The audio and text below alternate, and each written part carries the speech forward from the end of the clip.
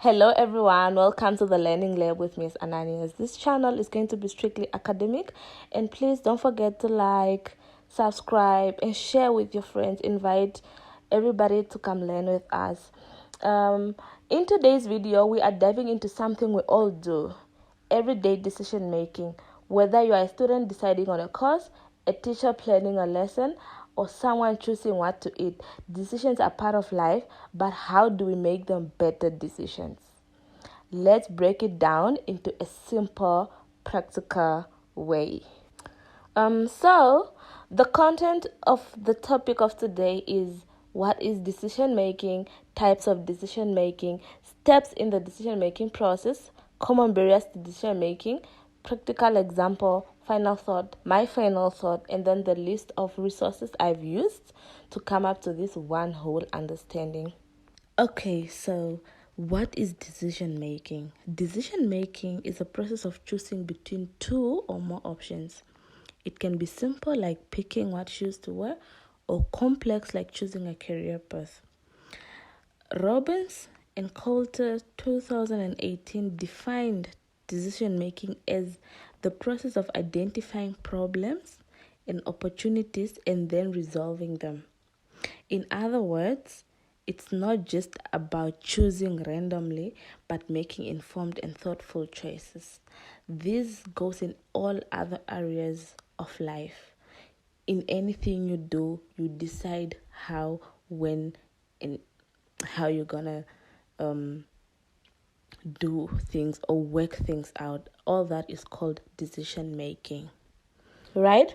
As you can see in this diagram, this man is stuck between decisions he needs to make to better his life. Every decision you make is binary choice to become who you want to be or who you don't want to be. Growth versus stagnation.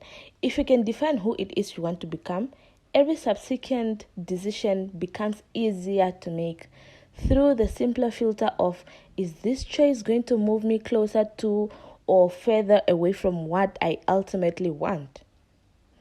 And then acting in accordance with your higher needs and deliberately out of your comfort zone.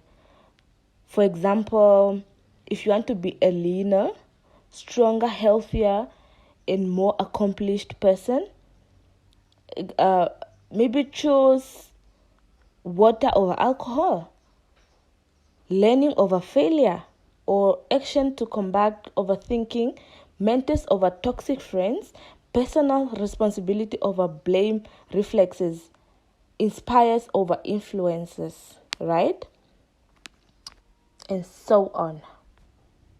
Okay, moving on to the types of decisions. There are two main types of decisions.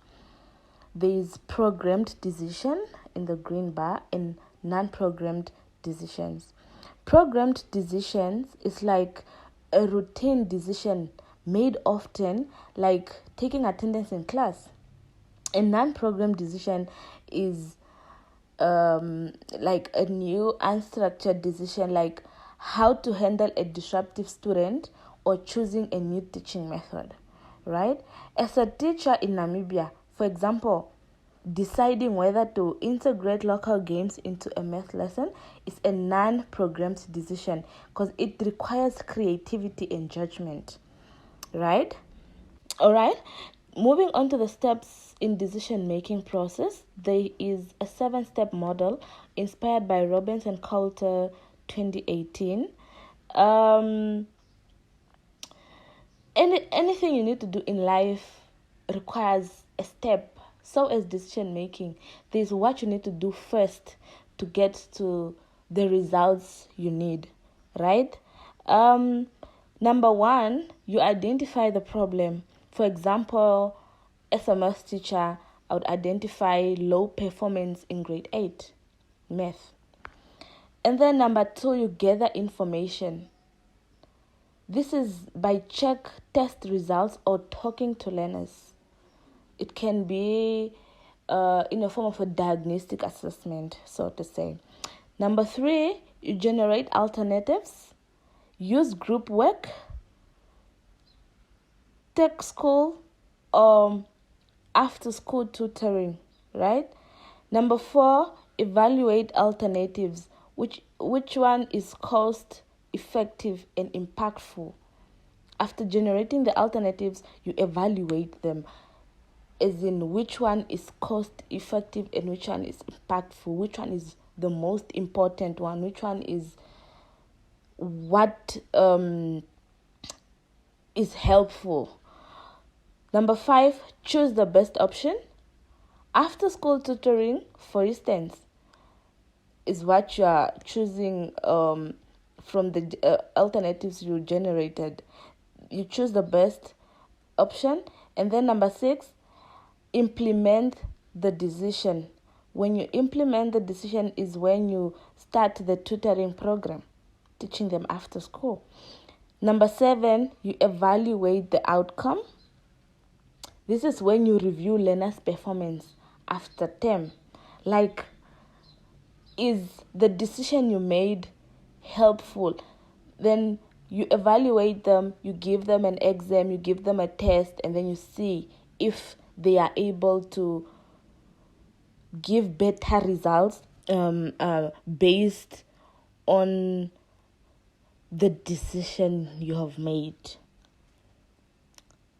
This structured process helps minimize bias and increases the chances of success in decision making. Okay, now moving on to the common barriers in good decision making. Common barriers to good decision making. Some barriers include lack of information, time pressure, and biases. Lack of information is, for example, not knowing learners' home languages, right? Time pressure is, for example, making quick decisions during lessons, which might have you not being able to make the right decision because you're just thinking in that moment and it's a quick thing you need to do, which is not going to give good results.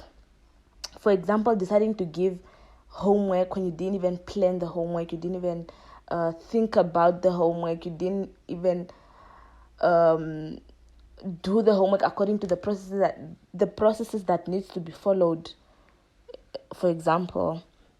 And biases is referring a method just because it worked before. What if it doesn't work for these current learners you are working with, right? According to Tversky and Kahneman in 1974, they explained how biases like anchoring can influence our choices. Being aware helps reduces errors. That is one thing you should put your mind to. Being aware helps reduce errors. When you know what you're doing, then you will not expect to fail in any decision that you're going to make or to choose from. So, this is a practical example that I came up with. Imagine you are a rural school head in Namibia and must decide how to use a small grant that the school is sponsored with, or a small grant that the government gives in every public school. Option A, will you buy science kits? Option B, build a small library. Option C, you train teachers on digital schools. All these are needs of the school, but you need to only choose one that is the most important or that is the most effective or urgently needed. So you gather input from teachers, you review learners' needs, and finally choose option A, for example, because learners are struggling in science and practical kits will improve learning outcomes. This is then a well-informed, a rational decision. Do you get me? Right? Moving on to the final thoughts. My final thought of what decision making is on my own end. Good decision making is not about always being right. That's what I think. It's about following a process, staying open to input, and learning from outcomes. So next time you are maybe stuck between choices, remember to step back, assess yourself or assess the decision, and follow the process, the right process that you would need into making the right decision or the good decision. On to the next slide. This is a list of references that I have used as resources to sum up this content. Do look into them and read for yourself and make more research on decision making. We have come to the end of today's lesson. I hope you will pick something from this presentation, and I hope it is satisfying enough to learn from. Thanks for watching. If this helped you understand decision making better, give it a thumbs up, share with your friends, and hit the notification button to be notified when the next video comes up of the next part of decision making that I'm going to talk about. And don't forget to subscribe for more practical lessons. See you in the next video. Bye.